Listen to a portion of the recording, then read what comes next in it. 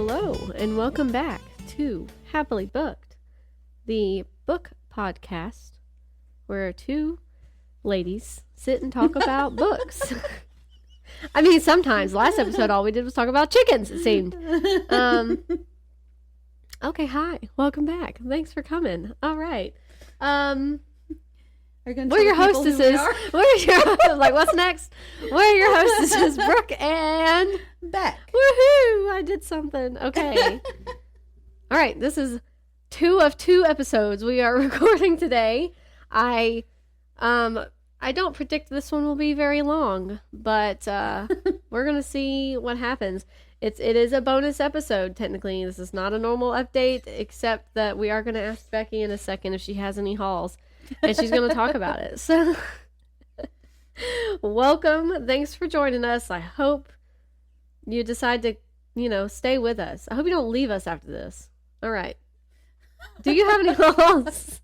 I do. Oh, okay. So, in the last episode, I forgot that, every other Saturday night, the high schoolers have a Devo with their, high school teacher, one of the high school teachers. Like, there's multiple ones, but anyway, I always tell everyone he's like a high schooler himself. He's really in his 30s, but anyway, they were at his house for Saturday night, so I took Ella to eat. We had pizza, and then she wanted to go to Home Goods, so I said, okay, well, we're just gonna go in and look around, and then we'll go get your sister. So we had literally just walked in the store, and Emma calls and says, Mom, you can come get me. I was like, you told me 8:30. We just got to Home Goods. It's 20 minutes away, blah, blah, blah. And then Ella was crestfallen because we didn't even get to look around. So I said, well, we'll just look around and then we'll leave. You can't go to Home Goods and just look around. Yeah. So we found a rug. It was a rug for your bathroom. Okay. But it's a Halloween rug. Ooh, spooky. So it's orange, and I forget if it says, I think it says Happy Halloween on it. There was one that was a pumpkin, but I didn't really like the way it looked. And there was one with a spider, and I liked it less. Yeah. So I think this one just says Happy Halloween. And it's really fluffy and feels good under your feet. So it's already in the bathroom. Then we found a soap dispenser. It's Mickey Mouse holding a pumpkin. That's in the bathroom. Precious. And it already has autumn scented hand soap in it. Oh, I love that. Yes. I love fall. As soon as the apple cider scents or the autumn scents come out. Oh my gosh. We have 3 different scents. So, because we couldn't decide. So, oh my goodness. One of them is currently in the bathroom in the Mickey Mouse soap dispenser. And then Ella had to get a Hello Kitty tumbler with, it's Halloween as well. And it's got Hello Kitty and some Halloween things on it. It's very adorable. I love it. Yes, we spent $48. Yep. On 3 items. Yeah. I almost got suckered into several more things. But I was like, I don't really have the money. You're like, you know what? Gotta make decisions here. Gotta cut it off. Yeah. I love that. I love fall. Yes. It's my favorite season. I love how the weather cools down a little bit. The trees become barren. It gets spooky outside. I love the fall scents. I love the decor. I love sweater weather. Nothing makes me cozier, and almost nothing makes me happier than entering the fall atmosphere. I love it. Oh, love it. I guess they're listening to us upstairs. Ella says, Mom, it was 4 items. Wow. So I asked her, what did I forget? Oh, she might be in the bathroom. I did. I got an autumn scented candle. She's in the bathroom. Yeah. So I'm sorry. I got a candle as well. I apologize. I recently got a candle. Oh. From Hobby Lobby. What scent is it? Chocolate chip cookies. Love it. I'm sorry, I'm being corrected again. Also, it wasn't a tumbler, it was a glass cup. Wow. Some cups are still called tumblers. And it had a glass straw. She didn't mention that, but... No more corrections. That's it. Everything else your mother said was 100% correct. She's wrong. Get out of the bathroom. Go watch Moomin on the TV. Sheesh. Oh my gosh. Anyway. I love fall. I was born in the fall. I was supposed to be born in the winter. I said nope. And our wedding was in the fall. I love fall. It's just, don't get me wrong. Out of the summer or winter, I would rather it be summer. I don't like being cold. I don't like being frigid cold. Yeah. But we also don't like being sweaty. And I don't like being sweaty either. That was something I wanted to tell you, I guess, about Utah. Because it's dry heat out there. Yes. So even when we were out there walking around the track with the stuff we do when we go out and help them, and we got hot. Like it was hot out there. Didn't sweat at all. It was not that bad. I was like, this is crazy. Now, were we thirsty 100% of the time? Yes. Yes, we were. But did we sweat? No, not one little drop. That's crazy. Isn't that crazy? Anyway, yeah, I can't say it enough how I love the feeling of fall. Okay. All right. Well, what this episode has to do with is not fall. Did I tell you what we were going to do? You didn't tell me. This is a surprise. Oh, did I? Oh my gosh. I don't think so. It's actually going to be really a summer-esque episode because I found 7 books that I could potentially read on this upcoming cruise that we are going on. Okay. We are leaving Sunday morning. We are flying down to Port Canaveral. Well, we're flying down to somewhere near Port Canaveral. Driving to Port Canaveral. Am I saying that right? I think I am. I always get them wrong. And, yeah, meeting my family there. They're going to get there before us. But they're driving. They're driving down Saturday. Mm-hmm. And Austin was like, I am not driving down there. So we're flying. Some of our luggage might have to go with my parents. We also get a free checked bag. So we might just check them. But I've never checked a bag. And because Austin used to work, like, within the baggage. I can't think of exactly what it was at the moment. But he's seen how the baggage gets treated. Yeah. And so he's like, we don't really need to check bags. And, there's a slight chance it could get lost. No, not great, but a slight chance. So I don't know what we're going to do about that yet. But anyway, we're flying down there and getting on a boat. It'll be Austin's first cruise. I'm excited. I know he's going to enjoy it, but I hope he enjoys it. I know I'm going to enjoy it. And so I have 7 books. I want you to pick 3 of them.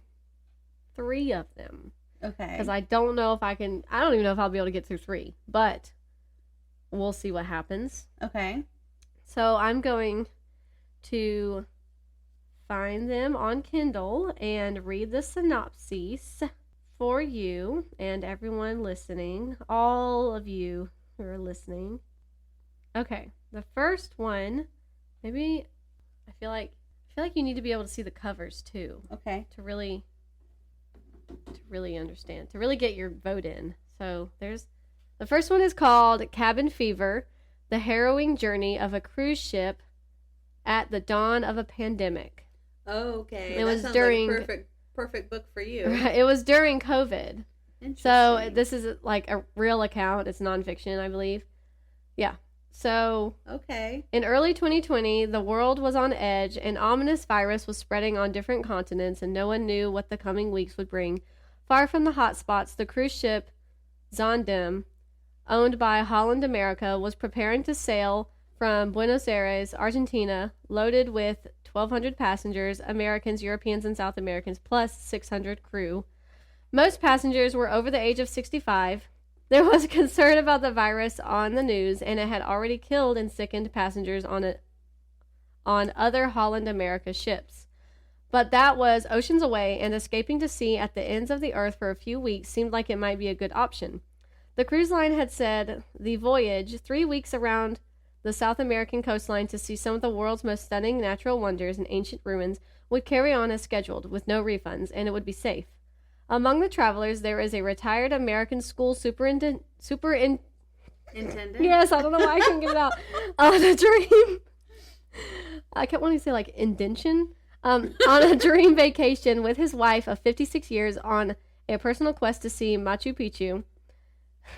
There is an Argentine psychologist taking this trip to celebrate her 64th birthday with her husband, though she finds herself fretting in her cabin on day one, trying to dismiss her fears of what she's hearing on the news. There is an Indonesian laundry manager who's been toiling on Holland America cruise ships for 30 years, sending his monthly paycheck to his family back home. Within days, people aboard Zandam?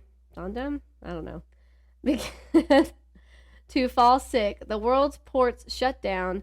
The ship becomes a top story on the news and is denied safe harbor everywhere.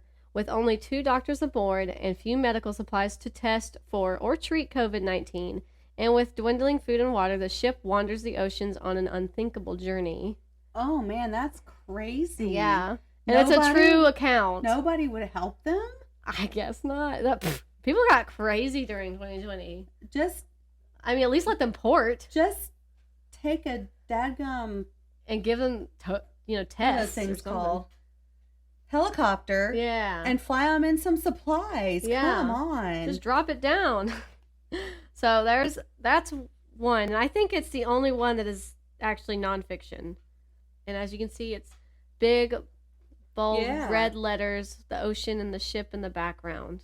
Oh, it's Michael Smith and Jonathan Franklin. I didn't say Jonathan's name. So sorry, sir. Okay. Oh, this one's only $1.99 on Kindle. This one is called Adrift by Lisa Burdeau. Ooh, for fans of The Last Thing He Told Me. That was a decent book. Okay. The truth won't always set you free. S wakes up alone on a sailboat in the remote Pacific Northwest with no memory of who she is or how she got there. She finds a note, but it's more warning than comfort. Start over, don't make yourself known, don't look back. S must have answers. She sails over a turbulent ocean to a town hundreds of miles away that she hopes might offer insight. The chilling clues she uncovers point to a desperate attempt at erasing her former life, but why? And someone is watching her, someone who knows she must never learn her truth. In S's world, the Earth is precariously balanced on a climate tipping point, and she is perched at the edge of a choice. Which life does she want? The one taken from her and the dangerous secret that was buried, or the new one she can make for herself? A galvanizing riddle that is just as unmooring as it seems. This sharp, character-driven odyssey explores a future challenged by our quickly changing world and the choices we must make to save what matters most. A lot smaller of a synopsis than the first one, huh? But that is Adrift. I thought the first sentence, S wakes up alone on a sailboat in the remote Pacific Northwest with no memory, blah, blah, blah. I was like, oh, that's crazy. That's crazy. I don't even know how to sail. Like, whoops. So that's that one. Then this one is actually a part of a series. It's a 5-book series.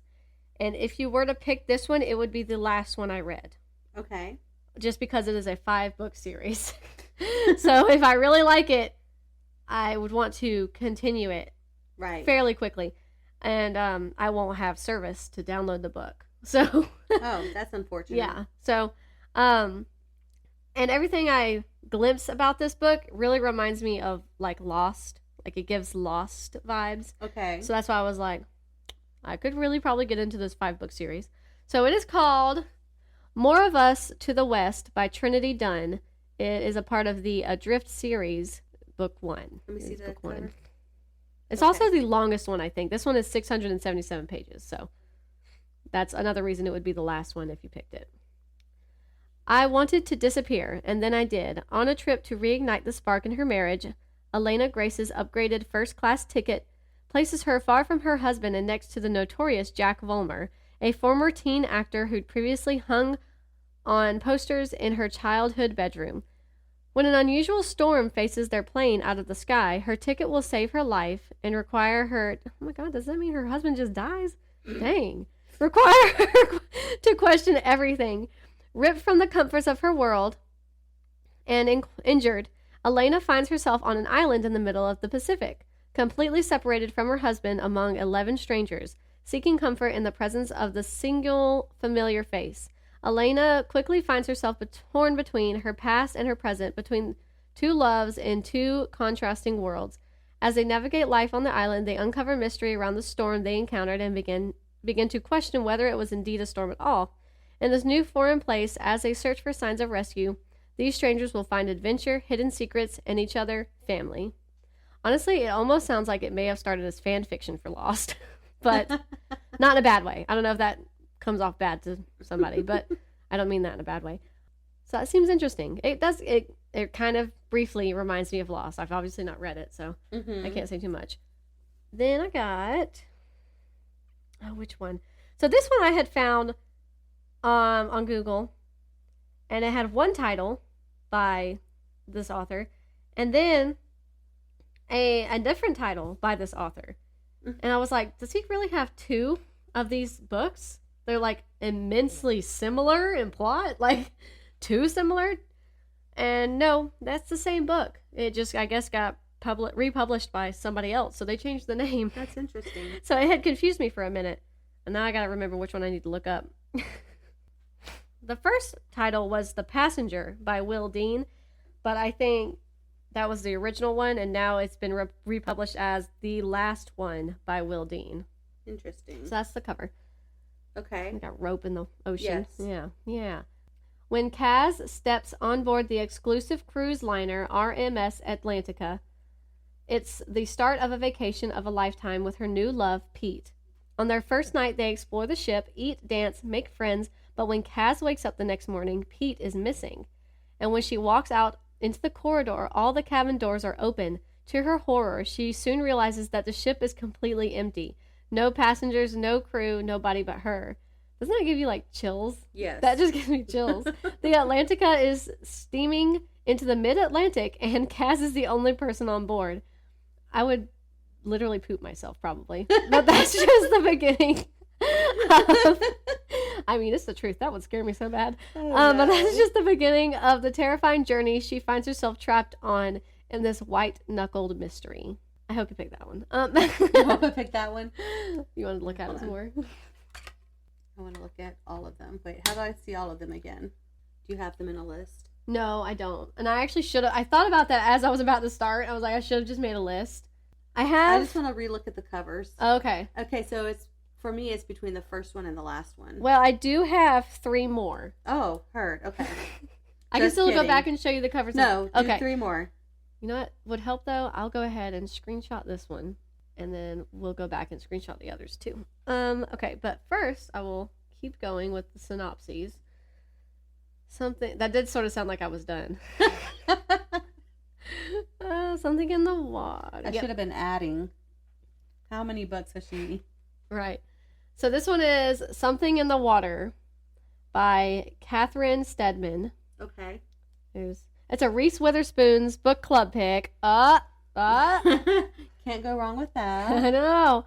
Okay. A shocking discovery on a honeymoon in paradise changes the lives of a picture-perfect couple in this taut psychological thriller from the author of Mr. Nobody and The Disappearing Act. I have not read those. If you could make one simple choice that would change your life forever, would you? Erin is a documentary filmmaker on the brink of a professional breakthrough. Mark, a handsome investment banker with big plans. Passionately in love, they embark on a dream honeymoon to the tropical island of Bora Bora, where they enjoy the sun, the sand, and each other. Then, while scuba diving in the crystal blue sea, they find something in the water. Could the life of your dreams be the stuff of nightmares? Suddenly, the newlyweds must make a dangerous choice, to speak out or to protect their secret. After all, if no one else knows, who would be hurt? Their decision will trigger a devastating chain of events. Have you ever wondered how long it takes to dig a grave? Wonder no longer. Catherine Steadman's enthralling voice shines throughout this spellbinding debut novel. Debut novel? I thought you said she's also the author of Mr. Nobody and The Disappearing Act. Well, maybe that was her first one. Yeah. Anyway, okay. There's that one. And I have 2 more. Goodness. Okay. I know everybody just loves hearing me talk. Oh, let me go ahead and screenshot this one. You're right. You're right, Becky. Very reminiscent of the cover that was the last one by Will Dean. the one that had the rope. It just reminds me of that. Okay, The Stranded by Sarah Daniels. Oh, this is what sort of wrote me in. This is like a blurb or a description, kind of. The Hunger Games meet Station 11. in a gripping near future dystopian, love triangles, betrayals, and fights for freedom in a world turned upside down. Welcome to the Arcadia. Once a luxurious cruise ship, it became a refugee camp after being driven from Europe by an apocalyptic war. Now it floats near the coastline of the Federated States, a leftover piece of a fractured USA. For 40 years, residents of the Arcadia have been prohibited from making landfall. It is a world of extreme haves and have-nots, gangs, and makeshift shelters. Esther is a loyal citizen working flat out to have the rare chance to live a normal life as a medic on dry land. Nick is a rebel, planning something big to liberate the Arcadia once and for all. When events throw them both together, their lives and the lives of everyone on the ship will change forever. I have to say, that sounds pretty cool. Dramatic. That one does sound cool. Just one more. These all honestly sound really good, and that's why it's so hard to pick. Lucy by the Sea by Elizabeth Strout. Oh, I like the title. Isn't that nice? And the cover, I really like the cover design too. It's very, I don't know, kind of calm. I don't know. Okay. I just want to get to the synopsis. With her trademark spare crystalline prose. What? Did I just say words? With her trademark spare crystalline prose, a voice infused with... Oh, that's not the synopsis. That's why. Okay. I'm just probably going to edit that out.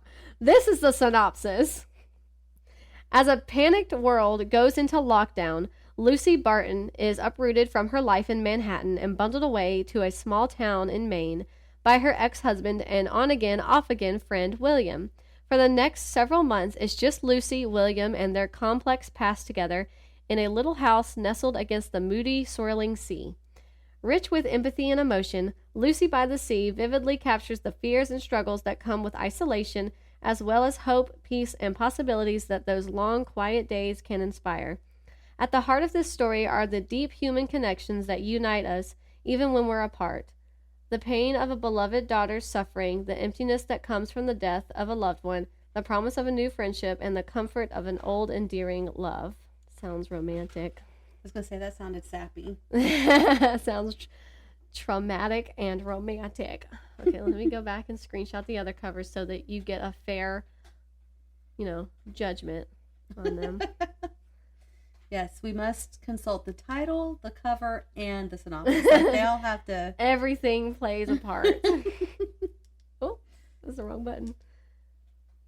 I'm not sure if that's how you guys pick your books. Right.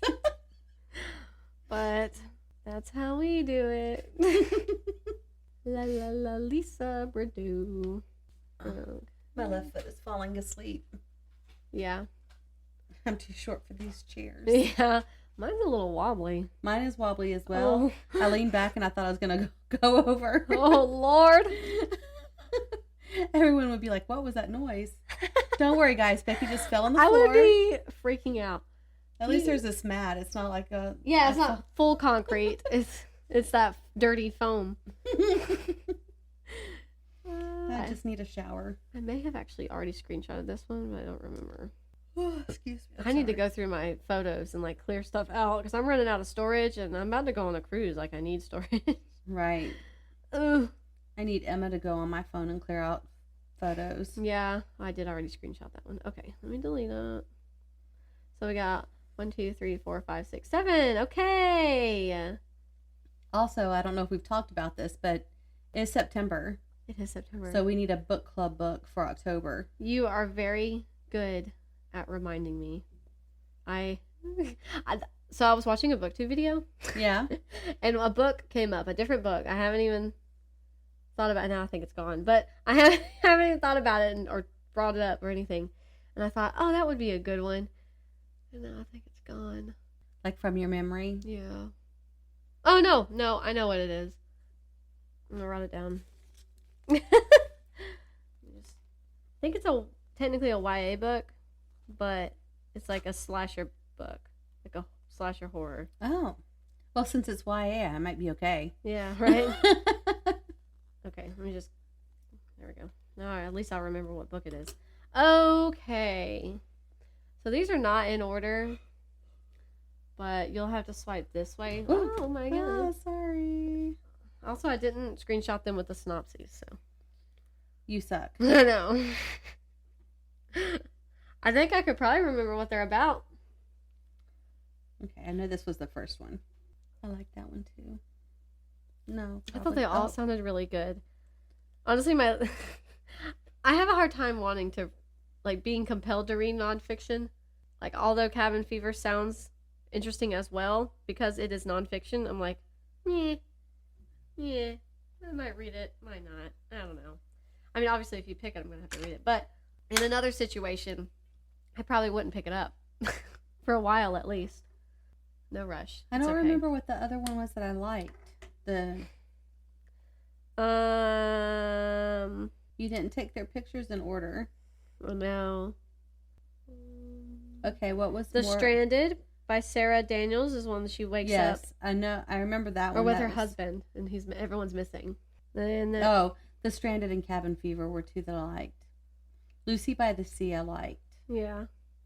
What was More of Us to the West? That one is the largest of them and is a part of a 5-book series, but a plane crash separates this woman from her husband, but she ends up with like 11 other people survived on an island. Oh, okay. That one does sound really interesting, but that would be the last one. I'll probably definitely plan on reading that after the cruise. I think The Stranded. Okay, The Stranded. Let me put a little star next to it. The Stranded, okay. By Sarah Daniels. Mm-hmm. Okay, just making sure. How many am I supposed to? 3. Sorry, I don't know if I said that. That's okay. So Cabin Fever. Oh, Lord. Okay. I'm so sorry. No, it sounds really interesting. And Lucy by the Sea. And Lucy by the Sea. Wow. That's cool. I tried to pick books that were either on a cruise ship or on a boat. Mm-hmm. Or like Lucy by the Sea is on the coast. Right. That was my goal. All right. Good picks, Becky. Good picks. I try. Yeah. Okay. So, all right. And that's all for this episode. Well, looks good. Do you have a new phone case? Yeah. Well, it's from my Etsy. That's the same one you've had on it, though? Yeah. Oh, okay. It just looks, I don't know. It Probably looks shinier or something. It's probably got grease on it. Okay. I clicked onto Everand to look up the book that you have written down whenever you say it. And it says, have you listened to this book yet? And it's called Red Rabbit. And I clicked on it. And it says, from best-selling author Alex Grecian comes a folk horror epic about a ragtag posse that must track down a witch through a Wild West beset by demons and ghosts, and where death is always just around the bend. Whoa. I know. What a crazy, combination. Yeah. That sounds cool. I've seen that cover recently. It must be newer, because something popped up. Released in 2023. Yeah. September of last year, so. What the heck? Red Rabbit. Oh, yeah, Alex Grecian. Okay. Oh, it's free on Kindle Unlimited. I'm going to add that to my Kindle list. I can't wait to start reading spooky books. Oh, I'm so excited. Okay, so what's the title that you have written down?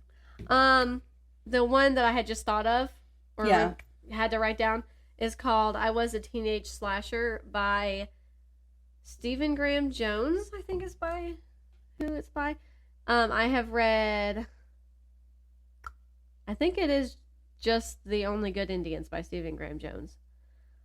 I'm getting really bad at remembering books I've read by people.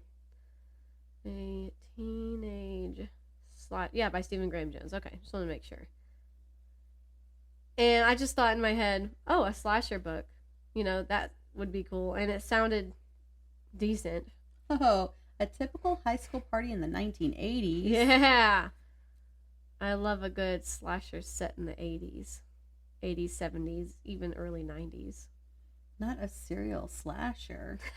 As Tolly wreaks havoc on his small town, only his best friend and fellow outcast Amber may be able to stop him. Gore and gusto abound in this meta take on classic slasher horror, written by the one and only Jones. The Only Good Indians and My Heart is a Chainsaw. I do want to read those. I haven't read those though. I've only read The Only Good Indians. So is this the book you want to do for book club? No, not necessarily. I just remembered it as an option. Where is my list? So should we think about this for a couple weeks? Yes. And then when you come back from your cruise, we talk about it? Yes. Okay. Because unless these are the other ones, these are not the other ones. I made a list somewhere and I don't know where it's at. Is Red Rabbit on... It's on Everand? It's on Everand. You know what? Let me just pause this. Okay. Back at it again. I don't remember what we were talking about. Yeah, y'all don't know this, but there was a very long pause. Where we just... I don't even remember why we paused. Oh, because I had asked about... Okay, and I just went ahead and paused. Okay, yeah, okay. Take it away, Becky. Well, what we were discussing is our next book club book, which we won't read until October. So we were discussing, what books do we want to choose from and all that. So we did a lot of research, actually. Yeah. But we had some ideas. So the next time we record will be the 16th of this month. But it won't post until the 23rd. So you'll have from the 23rd through the 30th to vote on the book that we're going to read. And then I guess on the 30th we'll announce it. So that episode would come out on the 7th. Yeah, But okay. we can just run over into... I was going to say, and we could probably just announce it on Facebook and Instagram. Yeah. Let's do that. Yeah. So on the 30th, we'll look at the votes, and then we'll let you know through Instagram and Facebook what we're reading, so that on October 1st you can start the book. Right. So the 4 books, I guess we'll go ahead and tell you what they are, but we're not going to have you vote on them until later, and we'll discuss it again. Red Rabbit by Alex Grecian. I Was a Teenage Slasher by Stephen Graham Jones. We Used to Live Here by Marcus Kliewer. We're not really sure. Sorry, Marcus. If he's German, it's probably Kliewer. Right. Clown. I have a hard time with crowns and clowns. Clown in a Cornfield by Adam Cesare. Clown in a... Cesare. I don't know. Sorry, don't trust Adam. me on it. Apparently, I'm as untrustworthy as you. So anyway, you can at least look at them and read about them. Read the synopses. Yeah, those 4 are available on Everand. That was a part of our lengthy research. Yes. There were 3 books that didn't make the cut. Yeah, we had a few more books. Yeah. But we'll talk about those again on the 16th, and then Brooke is really good at doing the voting things. I sound like an old person. I sound like an old person. Democracy. What the heck are those things called? Polls. She's good at doing the polls. So she'll have... Don't say that. Dun, dun, dun. What is Just happening? kidding. Austin's coming after me for that one. Oh, that's funny. So she'll post a poll on Instagram, which should also post on Facebook. But if it doesn't, I'm sure you follow us in both places, so you'll be able to vote. I'll try to do a poll on Facebook because I know you can do it there too. And anyway, we'll see what title wins.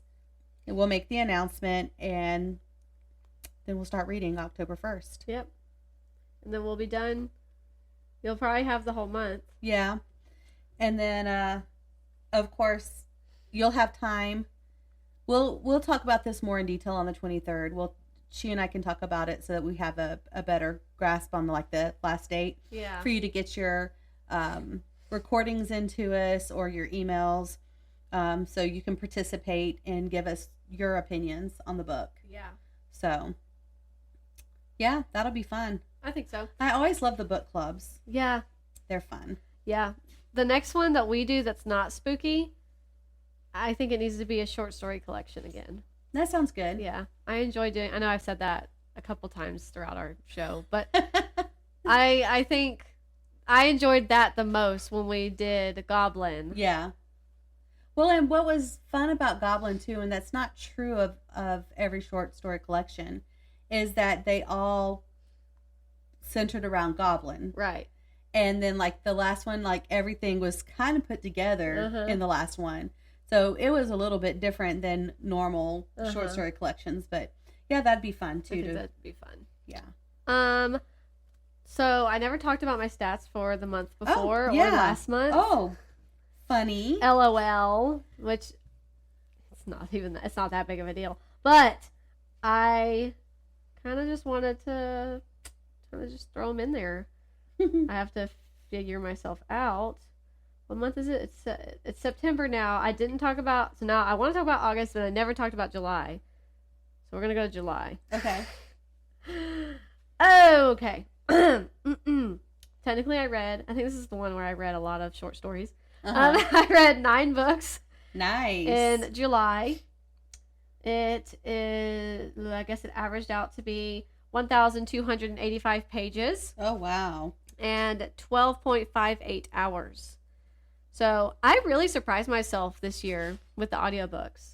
You know, because I really didn't think I was going to get any audiobooks in. And here I am with, I've already surpassed my audiobook hour goal. So I'm proud of myself. The average time it took me to finish these 9 books was 6 days. Interesting. The biggest moods of these books on my pie chart were tense and mysterious and dark. Then sad and reflective and emotional. And then the smallest one was adventurous. Wonder which one that one was. Let's see. It was just one book.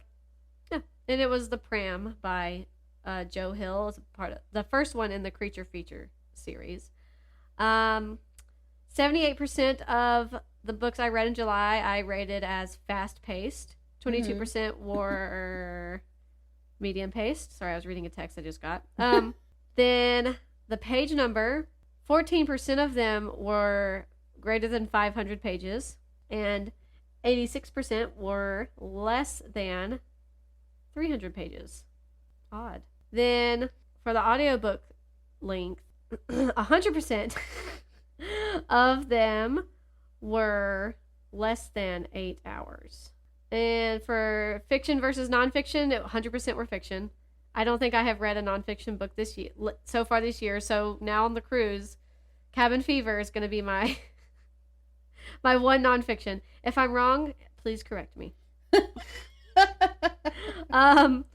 For genres, it was 6 horror, 2 magical realism, and 1 science fiction and 1 literary.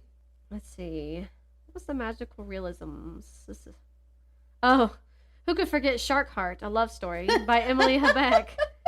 And if Cats Disappeared from the World by Genki Kawamura. Those were good books. Those were good books. Shark Heart really messed me up though. Like really, I have so many questions. There's so many things that could have happened. Okay? You can track a shark with a bracelet. Like, you can get a bracelet. I could buy a bracelet that tracks a shark. Why couldn't she? Anyway, whatever. Me, a nobody, can buy a bracelet to track a shark. Anyway, for format, 11% was printed, 22% were audio, and I'm really getting into the digital age. It's 67%. That's crazy. So far just for July, I guess. But I really, come the end of this year, I'm fairly certain I'm going to be way more ebooks than printed books, which is crazy for me. And for ratings, we have 1 5-star for July, 5 4 stars. Wow. And 2 3 stars. Let's see. The 1 5-star was Under the Dome by Stephen King. Applause. Everyone. The 5 4-star ratings. Oh. It was almost all of the creature feature books. And Sharkheart, a love story. So that would be The Pram by Joe Hill, Big Bad by Chandler Baker, It Waits in the Woods, loved it, by Josh Malerman, Best of Luck by Jason Mott, and then of course I mentioned Sharkheart. And then 2 3-stars. It was the last one of the creature feature collection, which is called In Bloom by Paul Tremblay, and If Cats Disappeared from the World by Genki Kawamura. Okay, yeah. So that was my July stats I never went over. And I may have never even gone over the June ones. I'm not sure, but I'm not doing them now. We're too far gone. August 2024 stats. Let's see. I read 5 books in August, which that's pretty good. I was really going in August. Yeah, good for me. Good for me. At an average of 1,288 pages. Wow. And 4.98 hours. The average time it took me to finish a book was 8 days. The largest mood slice of this pie was emotional, and then hopeful, and then reflective, then dark, then adventurous, and then tense and mysterious. I rated 20% of them fast-paced and 80% medium-paced. Page number was 25% were less than 300 pages, and 75% were from 300 to 499 pages. Audiobook length, all 100% was less than 8 hours. Still 100% fiction. 4 science fiction, 1 mystery, 1 horror, 1 fantasy. Let's see what the mystery was. Oh! Once There Were Wolves by Charlotte McConaghy. If I talked about that one in the last episode, pretty darn good book. I really enjoy Charlotte McConaghy. The 1 horror was Impact Winter, my re-listen, which is 4 hours and 59 minutes. Just skimmed that as I was looking at it. And then, what did that one say? 1 fantasy was also Impact Winter. So I forget it does that. For format, it was, I already said that part. It was audio 20% and digital 80%, not 1 printed book in August. That's crazy. It is crazy. It feels crazy to me. I'm a new person. There was 1 4-star book. That was The Galaxy and the Ground Within by Becky Chambers, which I talked about last week. Yeah, last week. Last week as well. Last week. Last week. My mouth moving quicker than my brain. I did 4 5-stars. Boom, boom, boom. I feel kind of, it's like that's kind of generous, Brooke. A Closed in Common Orbit by Becky Chambers. Record of a Spaceborn Few by Becky Chambers. Once There Were Wolves by Charlotte McConaghy. And Impact Winter, the first one. All of those were 5 stars. Boom. Done. Now we're in September, and I don't have any stats for that yet. Actually, I wonder what it would say. Let's go. Let's look. 1 book, 0 pages, 5.63 hours. Average time to finish, 18 days. What? My average time to finish a book is 27 days. So. There's going to be 1 book that's like a lot longer. I wonder why it says average time to finish is 18 days. I wonder if it's counting, I bet it's counting Harry Potter. I bet it goes ahead and starts the month as that's in there. It might have. And it sees if you actually finish it. I really enjoy Storygraph. There is a premium version that I just haven't brought myself to be able to pay for. But, I don't know. I might do that at some point. I really like Storygraph. Yeah, I bet it is counting Harry Potter and the Order of the Phoenix. So sad.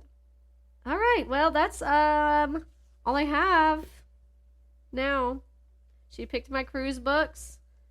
Oh, you should probably go ahead and pick 1 more, because once I finish Utah, I'm probably going to go ahead and start one. Pick 1 more from your list? Yes. Let me see your list again. Good question. Good question. That made no sense. And then swipe to the... Oh, probably the last one. The last one. That's funny. So, because I would say I would go ahead and start reading Tomorrow and Tomorrow and Tomorrow by Gabrielle Zevin. Look at me, I remembered her name. But I don't want it to roll over into the cruise, so yeah. I will be reading that at some point. I think I would really like it. It blew up, and I was like, I'm kind of weird about books that get super popular. But then after I read the synopsis a couple more times recently, and I've seen it on BookTube by people who I thoroughly trust their judgment, I was like, you know what? I probably would enjoy that book, so I'm gonna give it a go at some point. But first comes the cruise books, and that's all she wrote. Well, I think that might have been longer than you were thinking it was going to be. It definitely was. I was thinking we were going to be done at 40 minutes, and we're at 51. Oh, not bad at all. What did we do with the other one? How long was it? It was an hour and 10. That's okay. You're going to edit some of that. Oh, that was a little too long, but that's okay. Yeah, sorry, guys. We probably talked about chickens too much. We kind of did. I forgot we were even recording for a second. We were just talking. I was like, oh, crap. Well, thank you again for listening. This was the second episode we recorded today, which I know that doesn't matter to you because it's not going to be uploaded the same day. Right. But we appreciate you listening to us as always. It's wonderful to know that there are so many kindred spirits in the world. And I love it too when I'm at work and talking about books and someone's like, oh, I read that book, or I love that. Whatever, I'm like, oh, unite. Want to listen to our podcast? But it's great to talk about books with people, especially now that I'm reading again. Even though mostly I'm not physically reading, I'm in the car most of the time these days. But eventually, I romanticize being able to sit down and actually physically read a book again, and I'm glad that Brooke got me into reading and doing this podcast with her. It's really fun, and I enjoy it. And I'm glad that even though I don't think our podcast listening audience is growing, I'm glad that those of you who are listening are still listening. And it's great to know that there are people around the world listening. So that is very cool, and we appreciate you very much. And as always, don't forget to check out Sideways Sheriff and our merchandise. And thank you, Miss Tracy, for being in charge of that and making sure that we have merchandise. And until next time, stay happily booked.